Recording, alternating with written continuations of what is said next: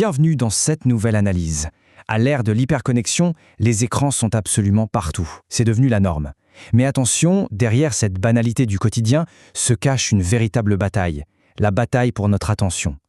Aujourd'hui, on va décortiquer ensemble comment le multitâche numérique impacte directement l'apprentissage, la concentration et la mémoire. C'est parti. Bon, pour vraiment réaliser l'ampleur vertigineuse du problème, il faut garder un chiffre en tête. 19. Des recherches montrent qu'en moyenne, quand on travaille sur un écran, on change de contenu toutes les 19 secondes. C'est complètement fou quand on y pense. 19 secondes, c'est même pas le temps de lire un paragraphe un peu complexe avant que notre cerveau soit happé par un autre onglet, une notification ou juste l'envie soudaine de vérifier quelque chose. L'attention est devenue totalement fragmentée. Et si on veut vraiment comprendre la compétition qui se joue en ce moment, regardez cette statistique assez stupéfiante de l'université de Lyon 3. Lors d'une journée type sur le campus, un seul réseau social a pompé 34% de la bande passante totale d'Internet. Et pendant ce temps-là, la plateforme d'apprentissage en ligne de la fac, elle n'utilisait qu'un minuscule 1%. L'infrastructure technique elle-même nous prouve une chose, la distraction écrase massivement l'apprentissage académique. Ce qui nous amène tout naturellement à notre premier grand point, le fameux mythe du super multitâche. On entend très souvent dire que les jeunes nés avec le numérique auraient cette capacité presque magique de jongler entre leurs études et de multiples écrans sans perdre en efficacité. Eh bien, c'est totalement faux. Une étude menée à l'université de Rennes 2 a fait une découverte frappante. Dans les 20 premières minutes d'un cours magistral, un pourcentage massif de 73% des étudiants font déjà du multitâche numérique. Ils envoient des messages, ils scrollent, seulement 27% restent pleinement concentrés. Et sans surprise, ceux qui divisent leur attention retiennent beaucoup moins d'informations. Le vrai coupable ici, c'est ce qu'on appelle le conflit cognitif. En fait, lire un SMS en même temps qu'on écoute un prof parler, c'est pas du tout un gain de temps, c'est une surcharge absolue. Ces deux activités entrent en compétition directe et se battent pour les mêmes canaux de traitement verbal dans notre tête. Le résultat ? La mémoire de travail sature, l'encodage échoue et l'information est lourdement dégradée.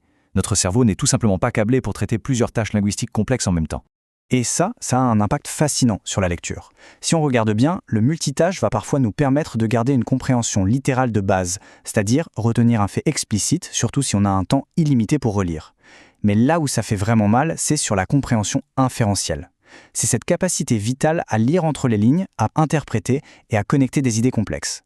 Avec les interruptions constantes, notre pensée se fragmente et l'analyse profonde devient presque impossible. Alors pourquoi on continue à le faire si ça détruit notre concentration ? Allons voir ce qui se passe à l'intérieur de notre système de récompense. Pour comprendre cette fragmentation de l'attention, il faut vraiment soulever le capot et regarder la chimie de notre cerveau. L'économie de l'attention utilise des designs persuasifs qui sont spécifiquement conçus pour pirater un truc fondamental, notre circuit de la récompense. À la base, c'est un système évolutif lié à notre survie qui libère de la dopamine pour nous encourager à faire des choses utiles. Sauf qu'aujourd'hui, ce système est déclenché par de simples pixels sur un écran. Regardons la séquence exacte de cette addiction. C'est hyper mécanique. Étape 1, on perçoit une récompense sociale, disons une notification ou un j'aime.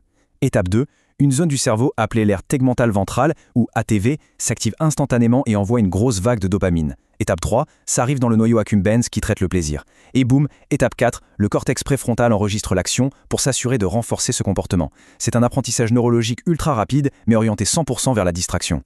Et les recherches récentes montrent un truc encore plus captivant. L'anticipation, à elle seule, suffit. Pas besoin de recevoir l'alerte. Le simple fait d'espérer une validation sociale sur son écran inonde notre cerveau de dopamine de façon aussi intense que la perspective de gagner de l'argent.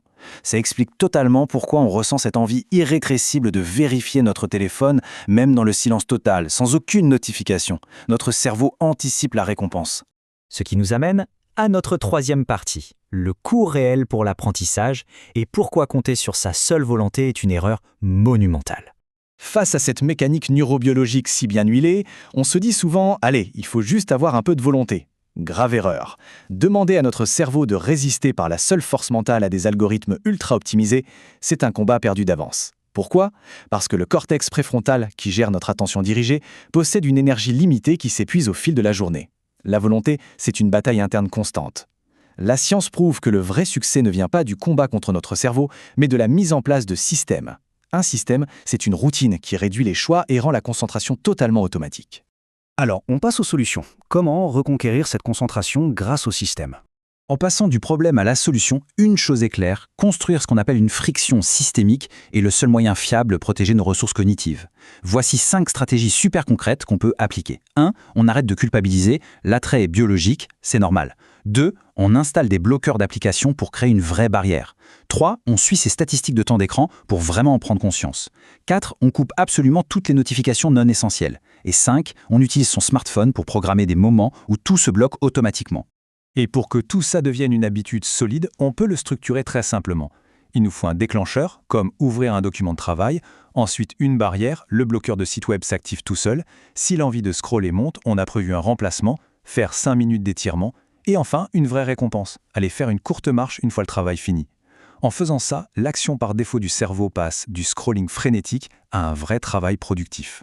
Mais bon, une fois que l'attention est vraiment épuisée, comment on la régénère? C'est là qu'intervient la théorie de la restauration de l'attention. Pour véritablement réinitialiser nos neurones après une session intense devant l'écran, le remède miracle, c'est de s'éloigner du numérique et d'aller dans la nature. L'environnement naturel provoque ce qu'on appelle une fascination douce.